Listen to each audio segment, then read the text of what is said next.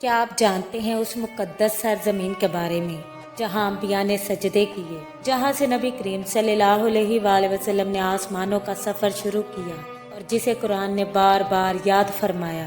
یہ وہی مقام ہے، مسجد اقصی، جو صرف ایک عمارت نہیں بلکہ ایمان، تاریخ اور برکتوں کا مرکز ہے۔ آئیں دل کی گہرائیوں سے جانتے ہیں اس مسجد کی حقیقت، جسے جان کر آپ کا دل بھی لرز اٹھے گا۔ ناظرین، مسجد اقصی مسلمانوں کا قبلہ اول ہے۔ اللہ تعالیٰ نے خود مسجد اقصی کو بابرکت جگہ فرمایا۔ مسجد اقصی میں متعدد انبیاء کرام اور صحابہ کرام بھی مدفون ہیں۔ مسجد اقصی کا تعلق اسراء اور شب معراج کے واقعات سے ہے۔ مسجد اقصی کا ذکر قرآن کریم میں بالواسطہ اور بلا واسطہ 70 مرتبہ آیا ہے۔ مسجد اقصی دوسری اور واحد مسجد ہے جس کا قرآن کریم میں نام کے ساتھ ذکر کیا گیا ہے۔ ناظرین، مسجد اقصی وہ مسجد ہے جہاں پر تمام انبیاء کرام نے نبی کریم صلی اللہ علیہ وآلہ وسلم کی امامت میں نماز پڑھی۔ ناظرین، مسجد اقصی نبیوں کی سرزمین ہے اور اللہ تعالیٰ سے دعا ہے کہ اللہ تعالیٰ مسجد اقصی کی حفاظت فرمائے، آمین ثم آمین۔ نبی کریم صلی اللہ علیہ وآلہ وسلم نے فرمایا، دو گروہ ایسے ہیں میری امت میں جنہیں اللہ نے دوزخ کی آگ سے بچا لیا ہے، ایک وہ جو ہند پر حملہ کرے گا اور دوسرا جو عیسیٰ ابن مریم کے ساتھ ہوگا۔ ایک اور حدیث میں آتا ہے کہ نبی کریم صلی اللہ علیہ وآلہ وسلم نے فرمایا، میری امت میں ایک لشکر ہند پر چڑھائی کرے گا، اللہ تعالیٰ انہیں فتح عطا فرمائے گا اور وہ وہاں کے بادشاہوں کو زنجیروں میں جکڑ کر لائیں گے اور اللہ تعالیٰ ان کے گناہوں کو معاف فرما دے گا۔ یہ وہ لشکر ہوگا جو نہ دنیا کی محبت میں جھکے گا اور نہ ہی شہادت سے پیچھے ہٹے گا۔ ایمان، غیرت اور قربانی ان کا شعار ہوگا اور وہ دن ہند کی تاریخ کا فیصلہ کن دن ہوگا جہاں حق غالب اور باطل رسوا ہوگا، جیسے کہ سورہ حج میں اللہ تعالیٰ فرماتے ہیں، اور یقیناً اللہ ضرور مدد فرمائے گا اس کی جو اس کے دین کی مدد کرے، بے شک اللہ قوت والا غالب ہے۔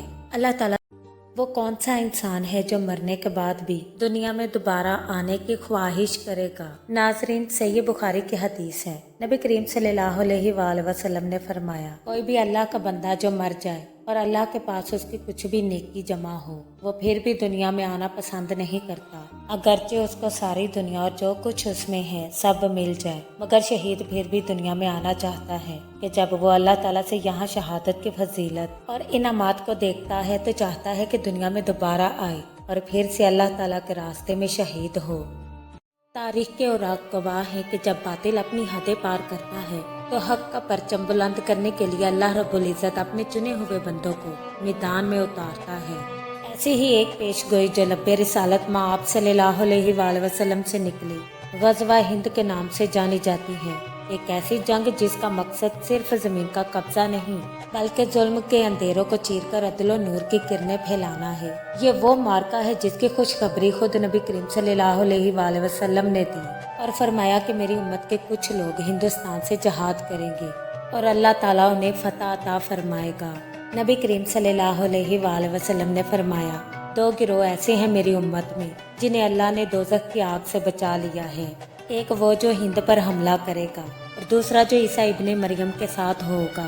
ایک اور حدیث میں آتا ہے کہ نبی کریم صلی اللہ علیہ وآلہ وسلم نے فرمایا، میری امت میں ایک لشکر ہند پر چڑھائی کرے گا، اللہ تعالیٰ انہیں فتح عطا فرمائے گا اور وہ وہاں کے بادشاہوں کو زنجیروں میں جکڑ کر لائیں گے اور اللہ تعالیٰ ان کے گناہوں کو معاف فرما دے گا۔ یہ وہ لشکر ہوگا جو نہ دنیا کی محبت میں جھکے گا اور نہ ہی شہادت سے پیچھے ہٹے گا۔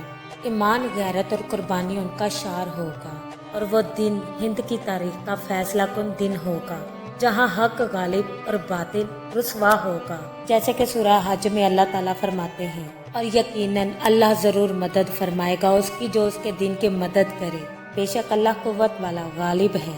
اللہ تعالیٰ سے دعا ہے کہ اے اللہ ہمیں حق کا سپاہی بنا دے، ہمیں باطل کے خلاف ڈٹ جانے والا بنا دے، ہمیں غزوہ ہند کے ان خوش نصیبوں میں شامل فرما جن پر تیرا فضل ہو اور تیرے محبوب صلی اللہ علیہ وآلہ وسلم کی خوشنودی ہو۔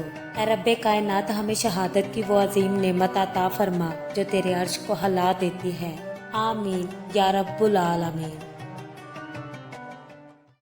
کیا آپ جانتے ہیں اس مقدس سرزمین کے بارے میں جہاں انبیاء نے سجدے کیے، جہاں سے نبی کریم صلی اللہ علیہ وآلہ وسلم نے آسمانوں کا سفر شروع کیا اور جسے قرآن نے بار بار یاد فرمایا۔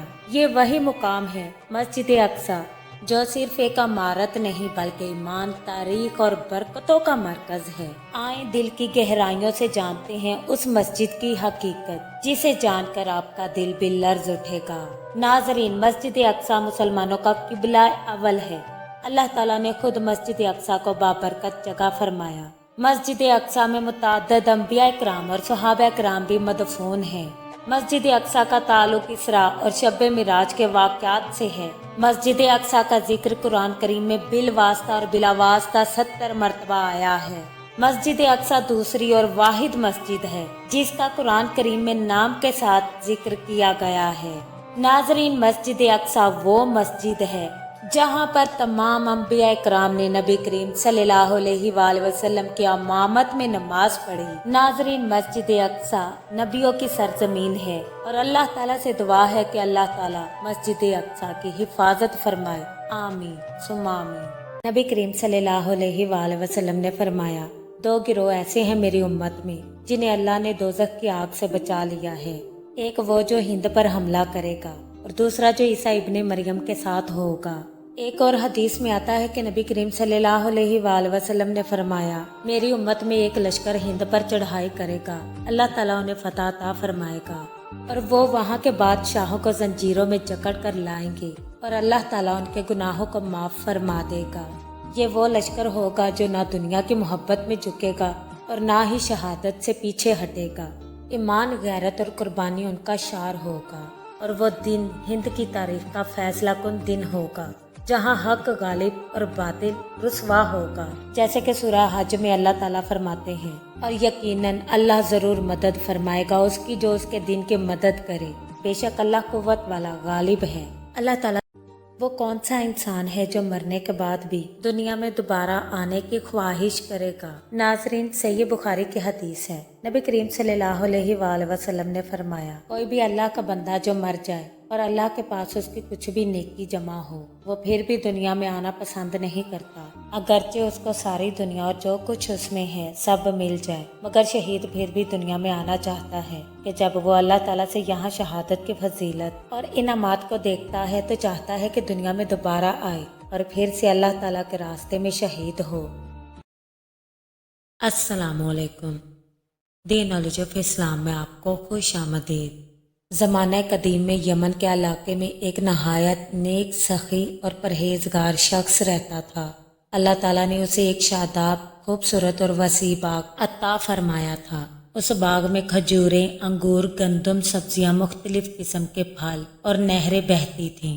ہر سال جب باغ کی پیداوار تیار ہو جاتی تو وہ شخص اللہ تعالیٰ کا شکر ادا کرتا اور اس پیداوار میں سے بڑا حصہ غریبوں، یتیموں، مسکینوں، بیواؤں اور مسافروں کو دیتا۔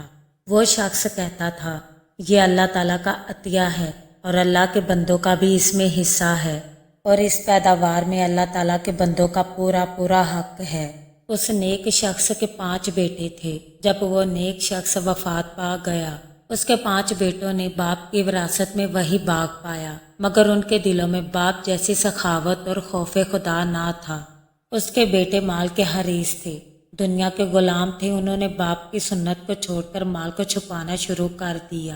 ان لڑکوں کا باپ نیک شخص تھا۔ یہ شخص ہر سال فصل پکنے پر اعلان کرواتا، جو مسکین، یتیم یا فقیر ہے آ جائے، کیونکہ یہ رزق اللہ تعالیٰ کا ہے اور ہم سب اس کے بندے ہیں۔ اللہ تعالیٰ نے اس نیکی کی برکت سے اس کے باغ میں ایسی برکت ڈالی کہ زمین سونا اگلتی تھی۔ لوگ اسے باغ الجنہ کہتے تھے کیونکہ اس کا باغ کسی جنتی باغ سے کم نہ تھا۔ اس نیک شخص کے انتقال کے بعد اس کے بیٹوں میں سے ایک بیٹا اپنے باپ کی نیکی پر قائم رہا۔ وہ لڑکا سادہ مزاج، خاموش طبع مگر دل کا روشن انسان تھا۔ وہ روزانہ باغ میں جا کر مساکین کے لیے ایک جگہ مخصوص کرتا، باغ سے فالتو پھل گرا کر رکھتا تاکہ پرندے اور غریب لوگ اٹھا سکیں۔ وہ بار بار اپنے بھائیوں سے کہتا، بھائیوں، ہمارے والد کے نیک اعمال کی برکت سے یہ باغ چل رہا ہے، ہمیں بھی ان کا راستہ اختیار کرنا چاہیے۔ لیکن اس کے بھائی بخیل، مغرور اور دنیا پرست تھے۔ وہ کہنے لگے، ابا تو سادہ مزاج انسان تھے، ہم لوگ کیوں غیروں پر مال لٹائیں؟ یہ ہمارا مال ہے، ہم جسے چاہے دیں گے اور جسے چاہے نہیں دیں گے۔ ایک سال جب فصل خوب تیار ہوئی تو ان لالچی بھائیوں نے مشورہ کیا کہ فجر سے پہلے ہی باغ میں پہنچیں گے اور سارے پھل کاٹ لیں گے، اس سے پہلے کہ فقیر، یتیم یا مسکین آ جائے۔ نیک بھائی نے جب ان کی یہ بات سنی تو اس کی آنکھیں نم ہو گئی اور کہنے لگا کہ اللہ تعالیٰ سے ڈرو، رزق میں دوسروں کا حق بھی ہے، جو تم کر رہے ہو وہ کتنا بڑا گناہ ہے۔ میں اس وقت سے ڈر رہا ہوں کہ کہیں اللہ تعالیٰ بھی ہمیں اس نعمت سے محروم نہ کر دے۔ لیکن انہوں نے اس کی ایک بات بھی نہ سنی، بلکہ اپنے بھائی کا مذاق اڑانے لگے اور کہنے لگے، بہت آیا اللہ والا، تو ہمیشہ کمزوروں کا طرفدار بنتا ہے، بس اب چپ کر جا، ہم جو کر رہے ہیں ہمیں کرنے دو۔ اور رات کو جب سب سو گئے تو نیک بھائی نے تہجد میں اللہ تعالیٰ سے دعا کی کہ اے میرے رب، میرے دل میں جو کچھ ہے تو جانتا ہے، میں چاہتا ہوں تیرے بندوں کو تیرا رزق پہنچے۔ اگر میرے بھائیوں نے ظلم کیا تو اے میرے رب تو انہیں راہ دکھا یا پھر اپنا فیصلہ صادر فرما۔ ان بھائیوں نے یہ مشورہ کیا تھا کہ ہم کل صبح سویرے باغ چپکے سے کاٹ لیں گے اور آج کی رات خاموشی سے گزاریں گے کہ کل کوئی فقیر، مسکین یا سائل نہ پہنچے، اور ہم کسی کو کچھ نہیں دیں گے۔ ان لوگوں نے یہ طے کر لیا تھا کہ اللہ تعالیٰ کا شکر ادا نہیں کریں گے اور اللہ تعالیٰ کا نام نہیں لیں گے اور اللہ تعالیٰ کے بندوں کا کوئی حصہ بھی نہیں نکالیں گے۔ یہ فیصلہ کرنے کے باوجود انہوں نے انشاءاللہ بھی نہیں کہا تھا۔ وہ رات ان کی بربادی کی رات تھی۔ جیسے ہی وہ سوئے اللہ تعالیٰ کا عذاب آیا، شدید آندھی، بجلی اور آگ نے پورے باغ کو جلا کر خاکستر کر دیا۔ باغ جو کبھی سرسبز جنت کی طرح تھا اب وہ جل کر سیاہ راکھ بن چکا تھا۔ سب بھائی صبح اندھیرے میں باغ کی طرف چلے تاکہ فصل کاٹیں۔ نیک بھائی نے راستے میں کہا، انشاءاللہ اگر اللہ نے چاہا تو ہم اپنے ارادے میں کامیاب ہوں گے۔ لیکن اس کے دوسرے بھائی انشاءاللہ کہنا بھی بھول چکے تھے۔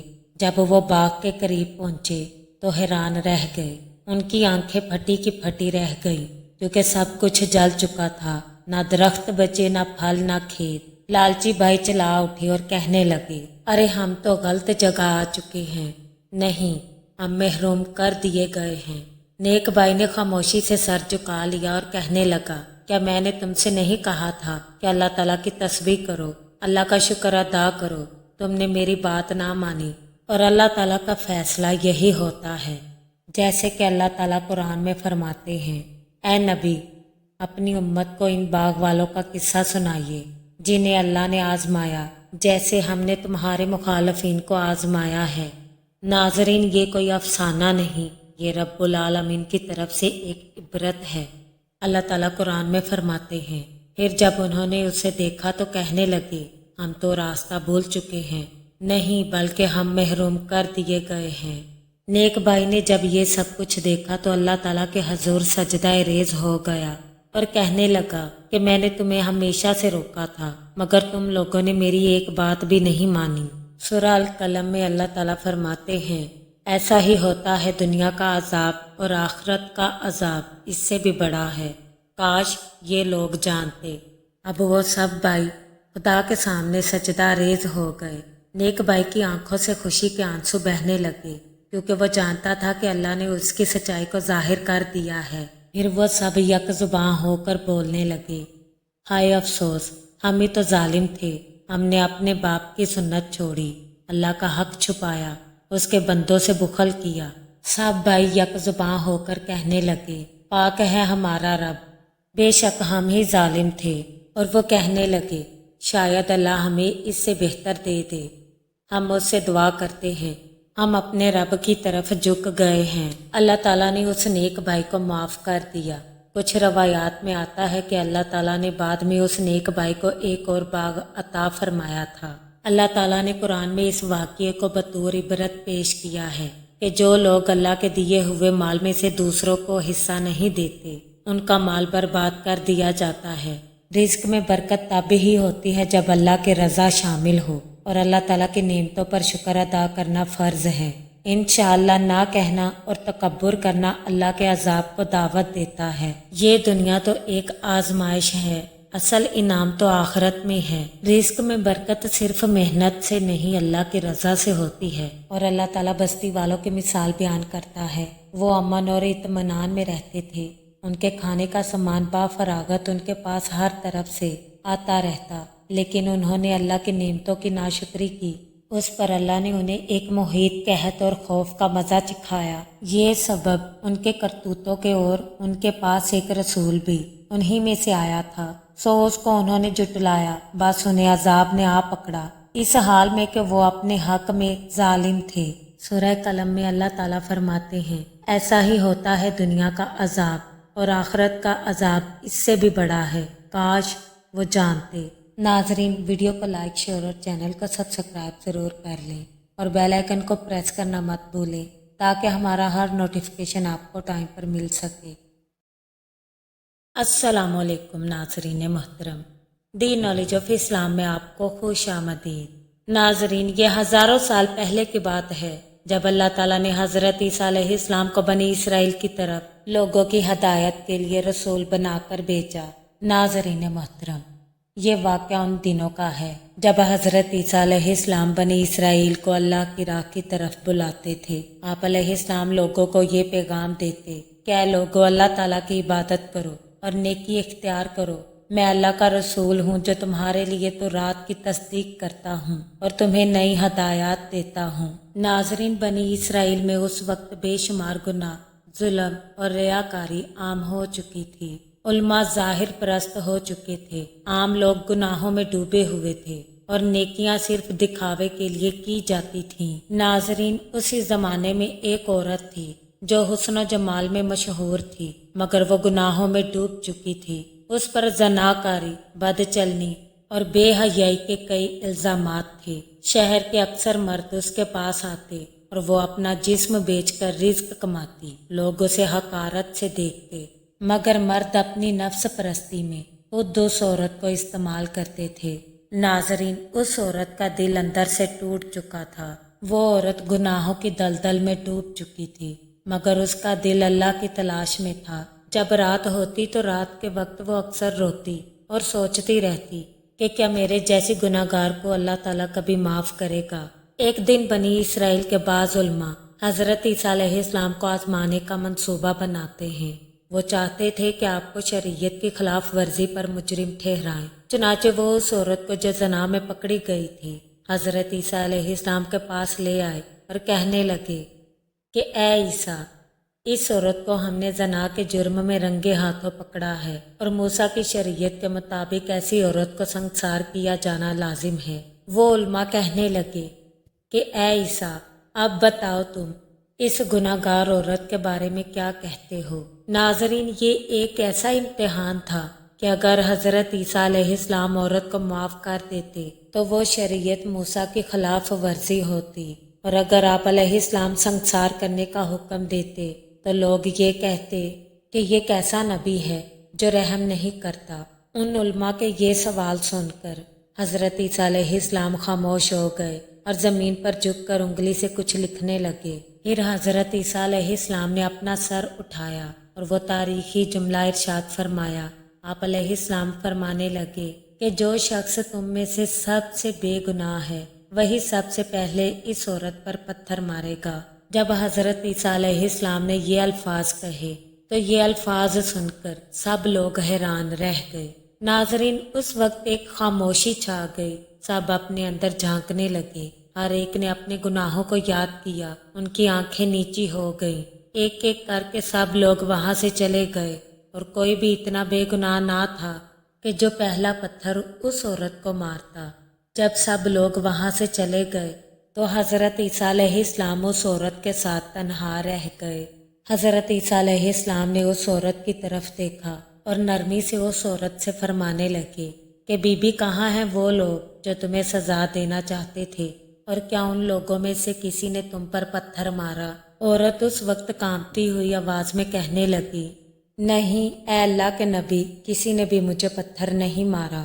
اس وقت حضرت عیسیٰ علیہ السلام فرمانے لگے، اے بی بی، میں بھی تمہیں سزا نہیں دیتا، اب تم جاؤ اور دوبارہ کبھی ایسا گناہ مت کرنا۔ اور اللہ تعالیٰ سے اپنے گناہوں کی معافی طلب کرتی رہنا۔ ناظرین، حضرت عیسیٰ علیہ السلام کے یہ الفاظ اس عورت کے لیے زندگی کا نیا آغاز تھے، اور اس طرح اس عورت کی دنیا ہی بدل گئی۔ وہ عورت گناہ چھوڑ کر نیکی کی راہ پر چل نکلی۔ وہ حضرت عیسیٰ علیہ السلام کی باتوں کو دل سے ماننے لگی اور لوگوں کی خدمت کرنے لگی۔ اس عورت کا دل ٹوٹا ہوا تھا، لیکن اللہ تعالیٰ نے اسے جوڑا۔ اس عورت کی روح گناہوں سے داغدار تھی، مگر اللہ تعالیٰ کی رحمت نے اسے پاک کر دیا۔ ناظرین محترم، اسلامی روایات میں بھی اللہ تعالیٰ کی رحمت پر زور دیا گیا ہے، جیسا کہ سورہ زمر کی آیت نمبر 53 میں اللہ تعالیٰ فرماتے ہیں، کہہ دو اے نبی، اے میرے بندو جنہوں نے اپنی جانوں پر زیادتی کی ہے، اللہ تعالیٰ کی رحمت سے نا امید نہ ہوں، بے شک اللہ سارے گناہ معاف کر دیتا ہے۔ حدیث میں آتا ہے، نبی کریم صلی اللہ علیہ وآلہ وسلم نے فرمایا، اللہ کو بندے کی توبہ سے وہ خوشی ہوتی ہے جو ایک شخص کو اس وقت ہوتی ہے جب وہ اپنی کھوئی ہوئی سواری بیابان میں پا لے، یعنی کہ بیابان میں اسے اپنی گم ہوئی سواری مل جائے۔ اسی لیے تو کہتے ہیں کہ کبھی کسی کے گناہ پر فخر نہ کرو، کہ شاید وہ کل اللہ تعالیٰ کا محبوب بن جائے، کیونکہ اللہ تعالیٰ کی رحمت گناہوں سے بہت بڑی ہے۔ ناظرین، نبی اور ولی کبھی فوری سزا نہیں دیتے، بلکہ اصلاح کی کوشش کرتے ہیں، کیونکہ وہ چاہتے ہیں کہ انسان اللہ تعالیٰ کے بتائے ہوئے راستے پر چلے اور اپنے گناہوں سے توبہ کر لے، کیونکہ حقیقی توبہ ہی انسان کو ولی بنا سکتی ہے۔ ناظرین محترم، حضرت عیسیٰ علیہ السلام کا یہ عمل ہمیں یہ سکھاتا ہے کہ اصل دین رحم، عدل اور اصلاح ہے، نہ کہ صرف سزا۔ ناظرین، وہ عورت جسے سب نے ٹھکرا دیا تھا، اللہ نے اسے قبول کر لیا۔ اس کا دل سچا تھا اور یہی سب سے بڑی دلیل تھی۔ اللہ تعالیٰ سے دعا ہے، اے اللہ ہمیں بھی گناہوں سے بچا، اور اگر ہم کسی خطا میں مبتلا ہوں تو ہمیں سچی توبہ کی توفیق عطا کر۔ اے اللہ ہمیں رحم دل بنا، لوگوں کے عیب چھپانے والا بنا، اور دین کے حقیقی حسن کو اپنانے والا بنا۔ آمین یا رب العالمین۔ ناظرین، ویڈیو کو لائک، شیئر اور چینل کو سبسکرائب ضرور کر لیں، اور بیل آئیکن کو پریس کرنا مت بھولیں تاکہ ہمارا ہر نوٹیفیکیشن آپ کو ٹائم پر مل سکے۔ قیامت کے دن سب سے پہلے کس کا حساب لیا جائے گا؟ نہ نماز کا، نہ روزے کا، نہ مال کا۔ رسول صلی اللہ علیہ وآلہ وسلم نے فرمایا، قیامت کے دن سب سے پہلے خون کا حساب لیا جائے گا، اور اس دن اللہ پوچھے گا وہ معصوم بیٹی جسے زندہ دفنا دیا گیا، اس جرم میں اسے قتل کیا گیا۔ سوچو اس دن تمہارا جواب کیا ہوگا، چاہے یہ خون کسی بے گناہ کا ہو، کسی مظلوم کا ہو، یا کسی ماں کی گود کی بیٹی کا ہو۔ قیامت کے دن اللہ سب سے پہلے اس کا حساب لے گا، اور کوئی ظلم، کوئی آنسو اللہ کی نگاہ سے چھپا ہوا نہیں ہے۔ آج بھی اگر ہم بیٹیوں کو بوجھ سمجھتے ہیں، ان کی تعلیم، ان کی عزت، ان کے حقوق دباتے ہیں، تو ہمیں ڈرنا چاہیے کہ اللہ کی عدالت بہت سخت ہے۔ وہ سوال کرے گا کہ کس گناہ پر اسے قتل کیا گیا۔ روز محشر اللہ تعالیٰ کی عدالت میں وہ لڑکی بولے گی اور انصاف طلب کرے گی، کیونکہ ظلم کبھی چھپے گا نہیں۔ ہر قاتل پکڑا جائے گا اور ہر معصوم کو انصاف ضرور ملے گا۔ ناظرین، زمانہ جاہلیت میں جب بیٹی پیدا ہوتی تو اسے ذلت سمجھا جاتا تھا۔ اس وقت باپ کا چہرہ کالا پڑ جاتا تھا اور وہ فیصلہ کرتا کہ اس ننھی سی جان کو زندہ دفن کر دیا جائے۔ اسی لیے تو اسے زمانہ جاہلیت کہا جاتا تھا، جہاں بیٹیوں کو ریت میں دفن کرنا فخر سمجھا جاتا تھا۔ جب بیٹیوں کو قبر تک لے جایا جاتا اور ماں بے بسی سے روتی رہتی۔ ناظرین، عرب کا ایک سردار تھا، اس کے ہاں جب بیٹی پیدا ہوئی تو اس سردار نے خود اپنے ہاتھوں سے اپنی بیٹی کو دفن کیا۔ سردار کی بیٹی 4-5 سال کی ہو چکی تھی، لیکن اس نے دفن نہیں کیا تھا۔ زمانہ جاہلیت میں لوگ اس سردار کو طعنہ دینے لگے کہ تمہاری بیٹی اتنی بڑی ہو چکی ہے، لیکن تم نے ابھی تک اسے دفن کیوں نہیں کیا؟ سردار نے جب لوگوں کی باتیں سنی تو وہ بہت شرمندہ ہوا، تو اس نے بیٹی پکڑی اور جنگل کی طرف روانہ ہوا۔ سردار نے قبر کھودی اور اس قبر میں اپنی بیٹی کو لٹا کر اوپر مٹی ڈالنے لگا۔ جب مٹی ڈالتے ڈالتے سر تک پہنچا تو بچی کہنے لگی، ابا جان، مٹی میرے بالوں میں جا رہی ہے، لیکن وہ باپ کا دل پتھر بن چکا تھا۔ اس نے اپنی بیٹی کو زندہ دفن کر دیا۔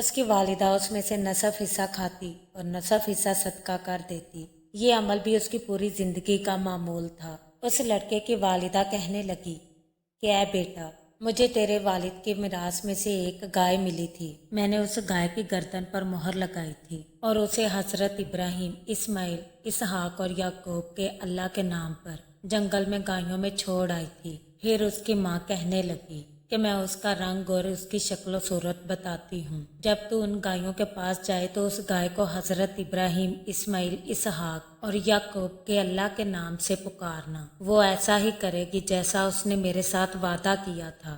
وہ عورت اپنے بیٹے سے کہنے لگی کہ اس کی علامت یہ ہے کہ وہ نہ بوڑھی ہے اور نہ بچی ہے، وہ درمیانی عمر کی ہے، وہ گہرے زرد رنگ کی ہے، دیکھنے والوں کو خوش کر دیتی ہے۔ جب تو اس کو دیکھے گا تو یوں محسوس کرے گا کہ اس کی جلد سے سورج کی شعاعیں نکل رہی ہیں اور اس پر کوئی کام نہیں کیا گیا ہے، نہ اس پر ہل جوتے گئے ہیں اور نہ اس کے ذریعے کھیتی کو پانی لگایا گیا ہے۔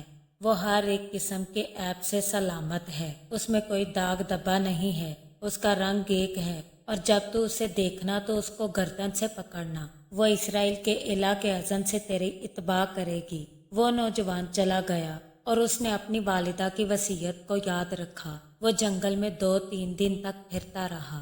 تیسرے دن اس نے اس گائے کو دیکھا اور اس نے حضرت ابراہیم، اسماعیل، اسحاق اور یعقوب علیہ السلام کے اللہ کا واسطہ دے کر اس گائے کو بلایا تو وہ گائے اس کے پاس آ گئی اور اس نے چرنا چھوڑ دیا۔ وہ نوجوان کے سامنے کھڑی ہو گئی۔ نوجوان نے اسے گردن سے پکڑا۔ گائے بولی، اے نوجوان، اپنی والدہ سے نیکی کرنے والے، تو مجھ پر سوار ہو جا، یہ تیرے لیے آسانی کا موجب ہوگا۔ نوجوان کہنے لگا کہ میری والدہ نے مجھے تیرے اوپر سوار ہونے کا حکم نہیں دیا تھا، اس نے مجھے صرف تجھے ہانکنے کا حکم دیا تھا۔ میں اس کی بات کو پورا کرنا پسند کرتا ہوں۔ گائے کہنے لگی، مجھے اسرائیل کے الہ کی قسم، اگر تو مجھ پر سوار ہوتا تو مجھ پر کبھی قادر نہ ہوتا۔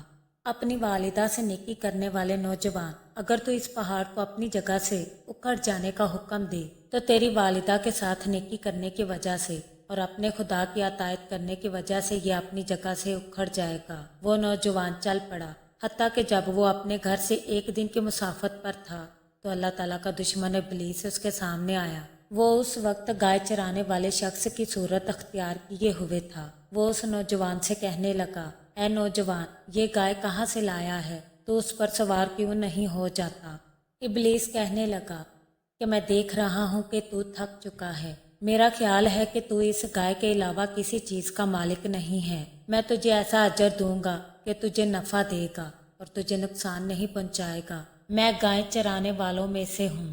مجھے اپنے گھر والوں کی ملاقات کا شوق ہوا تو میں نے ایک بیل لیا، اس پر اپنا کھانا اور سامان سفر رکھ کر جب آدھے راستے میں پہنچا تو میرے پیٹ میں درد ہوا۔ میں قضائے حاجت کے لیے گیا تو میرا بیل پہاڑ کے اندر بھاگ گیا اور مجھے چھوڑ کر چلا گیا۔ میں نے اسے بہت تلاش کیا لیکن مجھے وہ نہ مل سکا۔ اب مجھے اپنی جان کے ضائع ہونے کا خدشہ ہے۔ میرے پاس نہ سامان سفر ہے اور نہ پانی ہے۔ اگر تو مجھے اپنی گائے پر سوار کر دے اور مجھے اپنی چراگاہ تک پہنچا دے اور مجھے موت سے بچا لے گا تو میں تجھے اس کے بدلے 2 گائے دوں گا۔ نوجوان کہنے لگا، بنی آدم ایسے نہیں کہ انہیں یقینے قتل کر دے اور ان کے نفوس انہیں ہلاک کر دے۔ اگر اللہ تعالیٰ تیرے متعلق یقین جانتا ہے تو بغیر زادرہ اور پانی کے تجھے اپنی منزل تک پہنچائے گا۔ اور ویسے بھی میں کسی ایسے شخص کو سوار کرنے والا نہیں ہوں جس کو سوار کرنے کا مجھے حکم نہیں دیا گیا۔ میں عہد مامور ہوں۔ اگر میرے آقا کو یہ علم ہوگا کہ میں نے اس کی گائے کے معاملے میں نافرمانی کی ہے تو وہ مجھے ہلاک کر دے گا اور مجھے سخت سزا دے گا۔ میں اپنی خواہش کو اپنے آقا کی خواہش پر ترجیح دینے والا نہیں ہوں۔ وہ نوجوان کہنے لگا، اے شخص، تو سلامتی کے ساتھ چلا جا۔ ابلیس نوجوان سے کہنے لگا کہ میں تجھے ہر قدم کے بدلے 1 درہم دوں گا جو تو میری منزل کی طرف اٹھائے گا، اور یہ بہت بڑا مال ہے۔ اگر اس میں سے تو کچھ دے گا تو وہ جان لے گا کہ اس کے مال سے دیا ہے۔ وہ نوجوان کہنے لگا، اگر تو مجھے آسمان کا سونا اور چاندی دے گا تو پھر بھی میں کہوں گا کہ یہ میرے مالک کا ہے۔ ابلیس کہنے لگا، کیا آسمان میں بھی سونا چاندی ہے یا کوئی اس پر قادر ہے؟ نوجوان کہنے لگا، کیا بندہ وہ کر سکتا ہے جو اس کے آقا نے اسے حکم نہ دیا ہو؟ جیسے تو آسمان کے سونے اور چاندی پر طاقت نہیں رکھتا۔